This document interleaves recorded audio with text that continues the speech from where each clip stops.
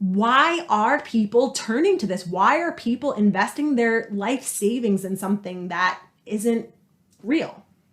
I think for the same reason that people buy lottery tickets, um, it's incredibly frustrating for people who've worked hard for years, for decades, and they're still priced out of housing, no job or a low-paid precarious job, debt, no safety net. On top of that, you have the desperation of a pandemic situation. People are really desperate and looking for some lifeline. And this rotten capitalist system that we're all living under, they're looking around and they're seeing it's not going to provide them with healthcare or a place to live or a dignified existence. And they see the way this price is climbing and they see this potential here, for me to escape. So people are turning to cryptocurrencies. According to one estimate, 1/5 of the population of the United States hold Bitcoin. So you do hear success stories about people who, for example, paid off their university debt using cryptocurrency. And you gotta say, sincerely, good for them. It's good to see someone getting out of the rat race or whatever. But at most, that's an individual solution for you. And for most people, well, crypto is not even going to be an individual solution because you're going to lose.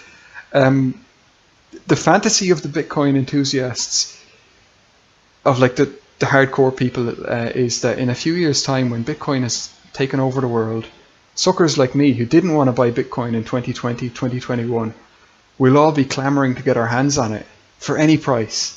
And those people who bought in now are going to be this new global aristocracy looking down on the rest of us, selling us Bitcoins. So they even have a charming little slogan for crypto skeptics: have fun staying poor. And they have it on t-shirts, etc. So much for any claims that, it's altruistic and they want to democratize finance and make the world a better place, But I think for most people, there isn't the same level of cynicism to it or the same, unpleasantness as that. But like, there is a lot of magical thinking going on. And I hope that this episode will bring at least some people back down to earth. It's another speculative commodity. And it's different in important ways, but it's another speculative commodity. 46 million people in the US alone own Bitcoin.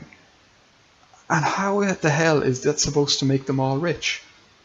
Where's all this wealth going to come from? On the contrary, I think, tragically, and I'm saying this with no glee whatsoever, I think most of these people are going to turn out to be the cannon fodder in a horrible pyramid scheme.